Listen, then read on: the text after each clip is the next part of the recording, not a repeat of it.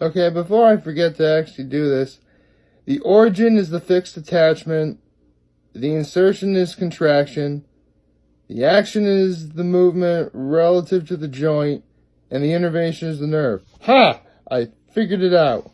Yes, I remember what I talked about the other day, that I used to know a lot about kinesiology, but just studied up on it a little bit as of late, and yeah, so that I did it. So we're cool there.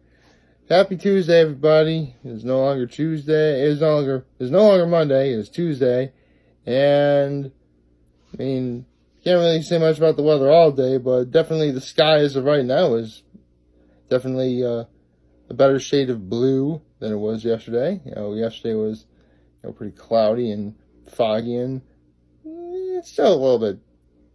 I mean, it's still a little bit cloudy. It's no longer foggy, so that's pretty sweet. So yeah, again, this week not really nothing really significant or crazy happened yesterday, so that's a good thing, other than my mom just had a knee surgery. So I mean, I actually mentioned this on a Sunday, but just had knee surgery yesterday, and she's doing well. She's in recovery, so that's really cool. Nothing. That's good. That's me knocking on wood right there to make sure that she's okay. I won't be honest though. On Saturday night, I actually bruised my ribs, and for whatever reason, don't get me wrong, if you've ever bruised or even, heaven forbid, break your ribs, it hurts to do a lot of things, but I swear it is affecting what time I wake up in the morning, because I'm just waking up later and later before I do anything. And it's still making me tired. That's the sad part. I guess I'm still able to work out, I'm just going for, a 3.5 mile run every day. So, it's nothing, too strenuous. I can't really go, full speed, guns blazing type workout because, again, it hurts. And the sad part is I actually have been taking, the unnecessary, ibuprofen for it, ibuprofen in the morning and ibuprofen at night, the extra strength stuff, to get me through the day. I shouldn't say that. It's sounds like I have a drug. You get the idea. I take it for, to relieve some of the pain. It still hurts. It really does. It's really sort of tender. It's the sort of thing where it's the worst kind of muscle pull, where it not only hurts to do the necessary movements, but it also hurts to sort of press down on that general area. It's specifically on my my lower intercostals. I would say, oh goodness, probably. I'm trying to feel it right now. You can't really tell. 10,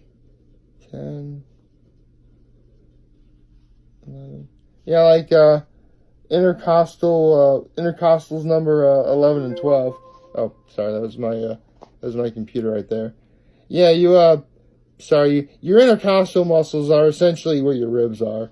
I should probably explain that. And feeling around for it, you have 12 ribs on each side of your chest, I suppose, and from 1 to 12 going down. So yeah, that's the one. Yeah, 11 and 12 are the ones that are hurting right now. Honestly, I think that's the last time I'm gonna go skiing for a little while. That was not fun. Oh yeah, I ski now. Well, to be honest, I never really did ski, but figured why not get the Band-Aid off. And I did have it, but again, I've showed you guys my father's boat in the past, but the thing of it is, my father's boat is actually really, really, really powerful.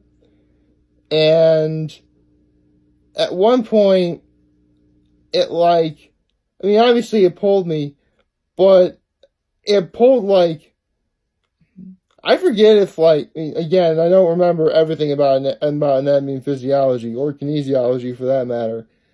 But I swear I felt like when it was pulling my arm, it pulled like some of my ribs. And it hurt. And to make matters worse, because of how you're positioned in the water when your skis on your feet, you're like trying to stay afloat, but you can't because your skis are constantly trying to like fall back in.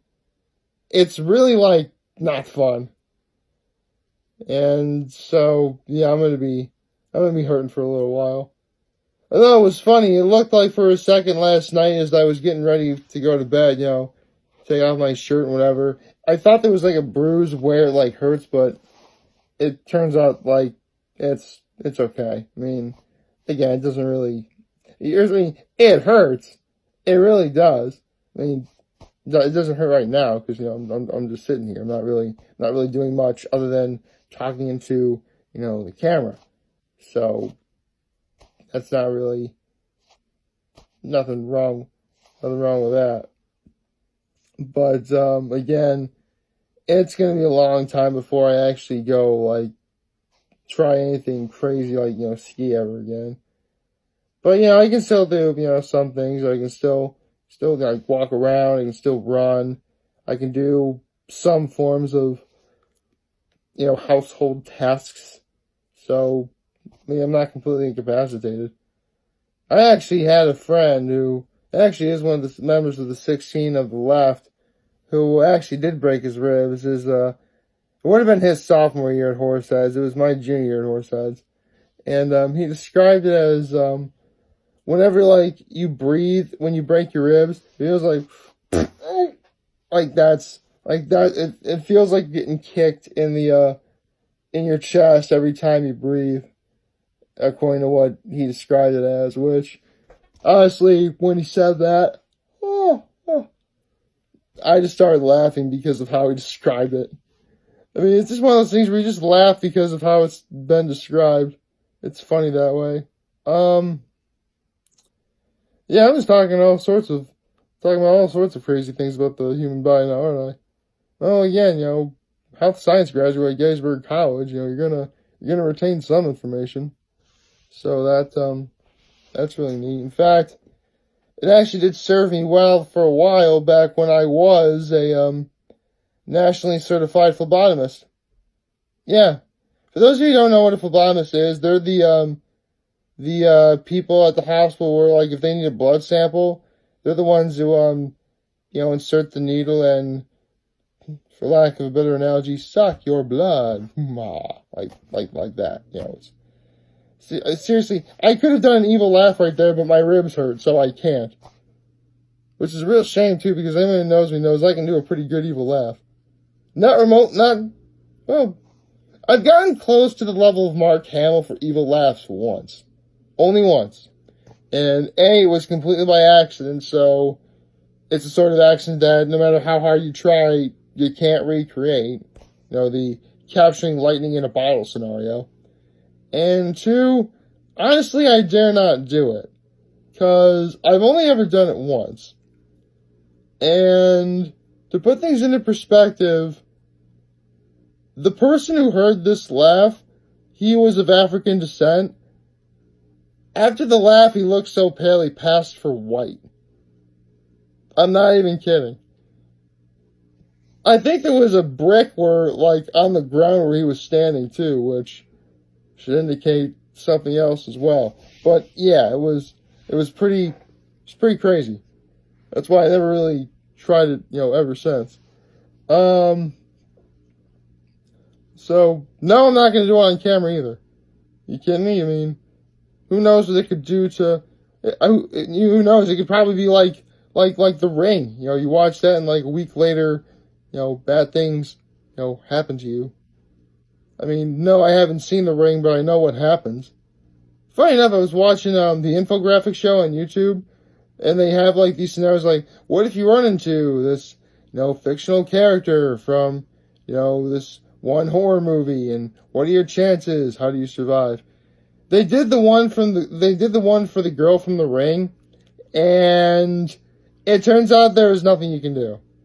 If you watch like the video of the girl from like The Ring, you are guaranteed to not win. Like, seriously, it was unbelievable. It was absolutely, crazy. Yeah, not fun.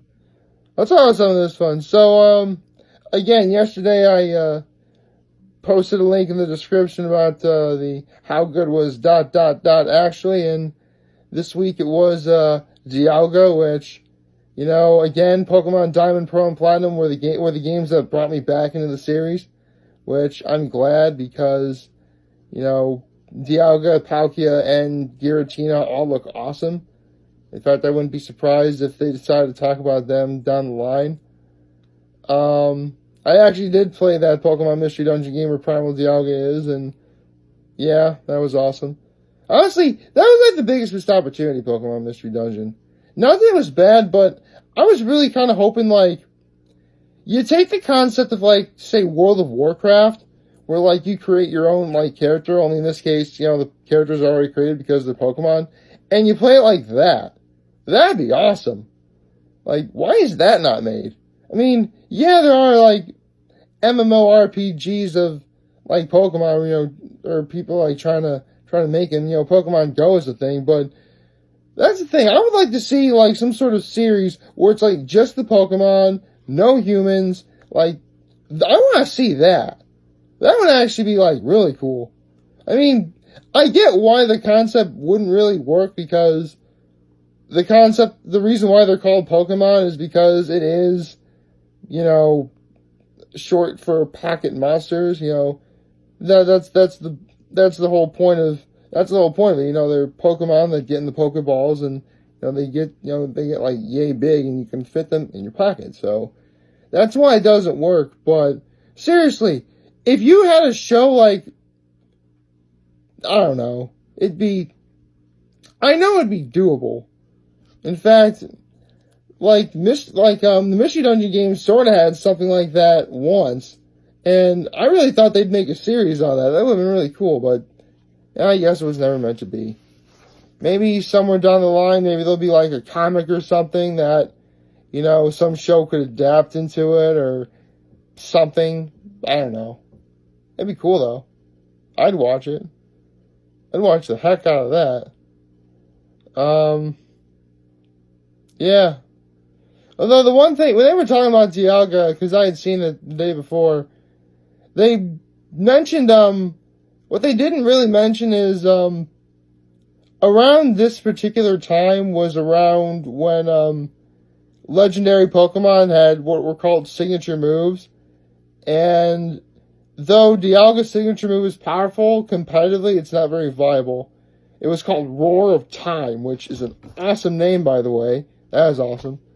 But, if you guys ever played the original Red, Blue, and Yellow, and you remember how the move Hyper Beam works, where it's a really powerful move, but you have to, charge up for a turn before you can use it again, that's what Roar of Time is. It's essentially Hyper Beam, but it's a Dragon-type move, which is awesome. Actually, come to think of it, around Generation 3, Generation 4, they started adding more variations of the move Hyper Beam. Oh, yeah. There was Rock Wrecker for rock types, Frenzy Plant for grass, Blast Burn for fire, Hydro Cannon for water. That was awesome. Actually, Frenzy Plant, Blast Burn, and Hydro Cannon, only your starter Pokemon can know that. Though, obviously, you can't say like Blastoise learn Frenzy Plant. That would make no sense. Only Blastoise can only learn Hydro Cannon. That's how it works. Again, I'm just like a Pokemon nerd. I'm sorry, I am. I'm not gonna apologize for that, because Pokemon is awesome. It's monsters fighting each other. While it's not like the epicness of, kaijus destroying a city, again, it's monsters fighting each other, and it's awesome. And, I'm glad that, you get to have stuff like that in Super Smash Brothers Ultimate, and, it's great. Come to think of it, though, yes, I have played Super Smash Bros. Ultimate. Yes, as a child of the 90s, I did at the N64. And yes, I squeaked like a little girl when I found out that Banjo and Kazooie were going to be in Smash Bros. Ultimate, which I am really excited about. Like, favorite, share, hit that subscribe button, turn on the notifications, follow me on the social media platforms. I am humbled I made this video for all of you guys to watch and enjoy for today. I am hoping we all have a wonderful Tuesday. And remember, if any of you guys ever want to talk to Chad, I'm always going to be here to lend an ear. I'll always have your back. Take care and make good choices.